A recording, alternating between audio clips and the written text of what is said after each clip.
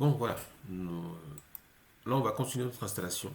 Donc, pour continuer notre installation, on va mettre les différents services et rôles indispensables au fonctionnement du serveur, c'est-à-dire le DHCP, le DNS et l'Active Directory.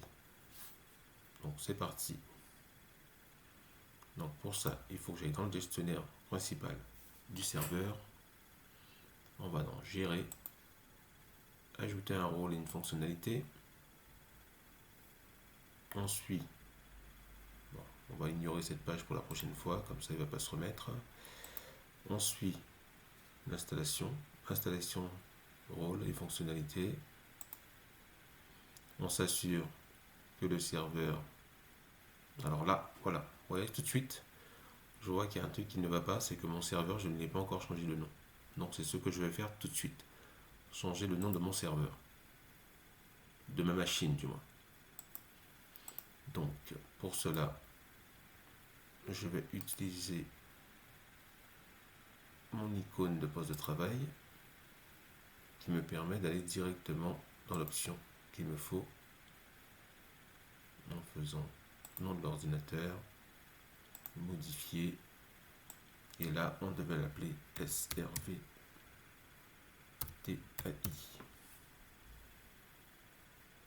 Ok, on fait ok. Donc là il va redemander un démarrage. Donc on va le faire démarrer. Redémarrer maintenant. Donc voilà. Donc ça c'est la première chose à faire une fois qu'on a paramétré notre réseau.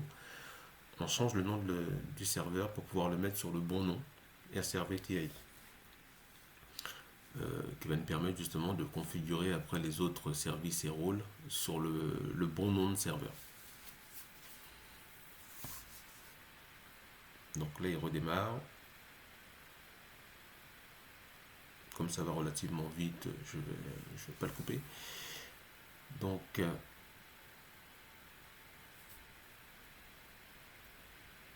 voilà, on va lui mettre son mot de passe.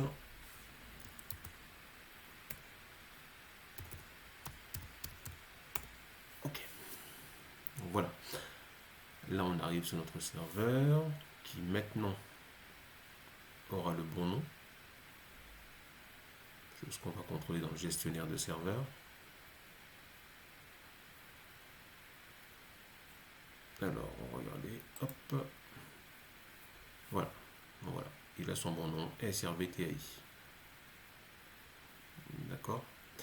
Donc, on va faire notre installation de nos rôles. Hop. Et là, on voit voilà, qu'on a le bon nom. SRVTI. Donc, c'est parfait. Et là, on a dit qu'on mettait le rôle DHCP, DNS et Active Directory.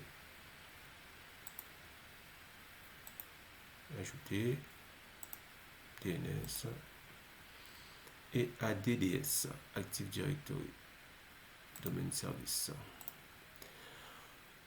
Donc voilà, on a nos trois rôles principaux pour le fonctionnement.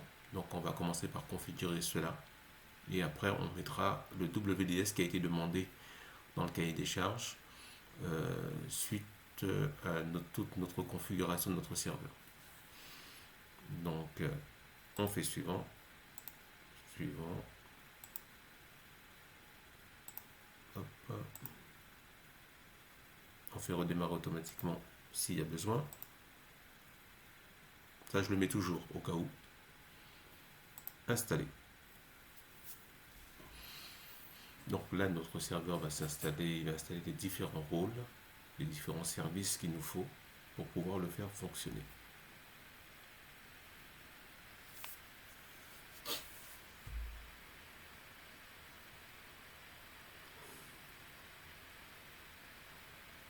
Alors ce qui est bien en fin de compte de faire la configuration internet avant,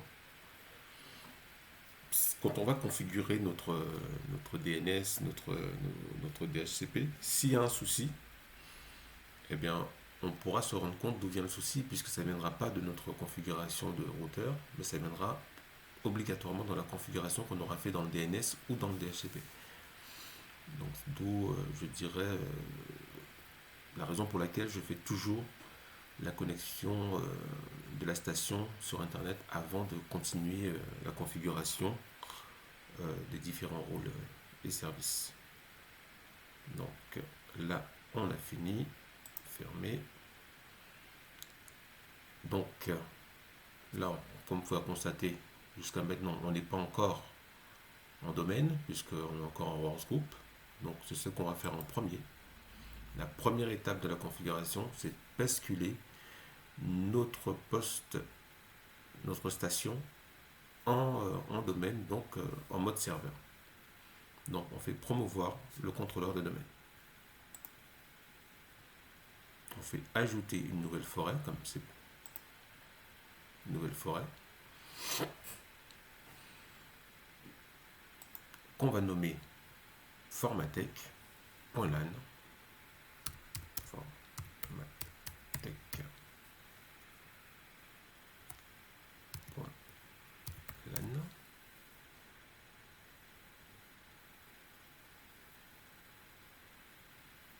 Donc là, ça va être notre nom de domaine.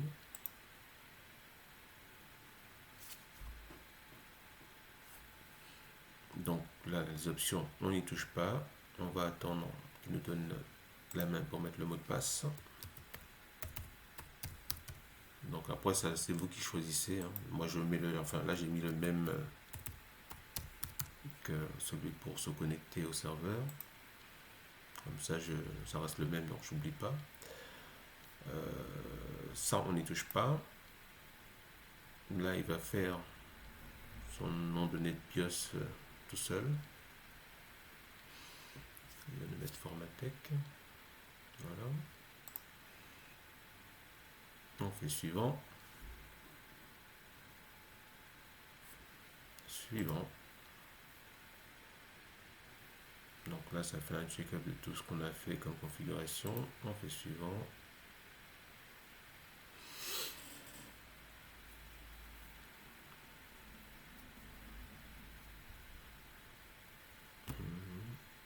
On va attendre un petit peu. Donc voilà. Donc les petits triangles jaunes, il ne faut pas s'inquiéter. Les petits losanges jaunes, c'est juste pour nous dire que la configuration n'est pas encore totalement faite. On fait installer. Et là, ça va nous configurer le tout. Et nous faire passer en contrôleur de données. Donc il va nous demander un redémarrage. Et suite au redémarrage, on sera en contrôleur de données.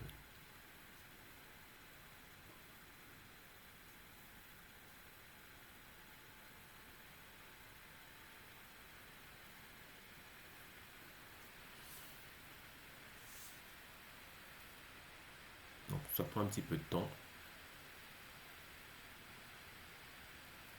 Mais ça va relativement vite quand même.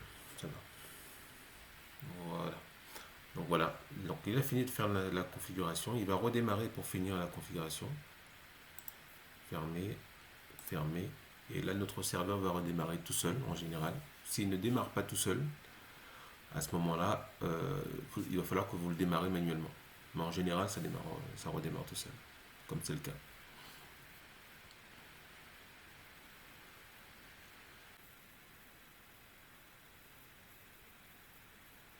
Donc voilà. Donc là maintenant, il a redémarré. Donc ça a pris un petit peu de temps, donc j'ai coupé au montage un peu. Et là, on va faire notre premier démarrage en contrôleur de domaine.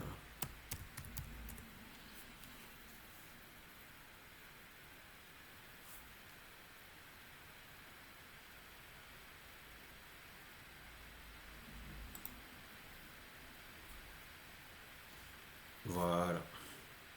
Donc comme vous pouvez constater ici, nous sommes passés en contrôleur de domaine Formatech.lan. Voilà. Voilà pour la configuration, on va dire, du passage en contrôleur de domaine. Suite à cela, on va activer le DHCP, on va configurer le DNS sur une prochaine vidéo.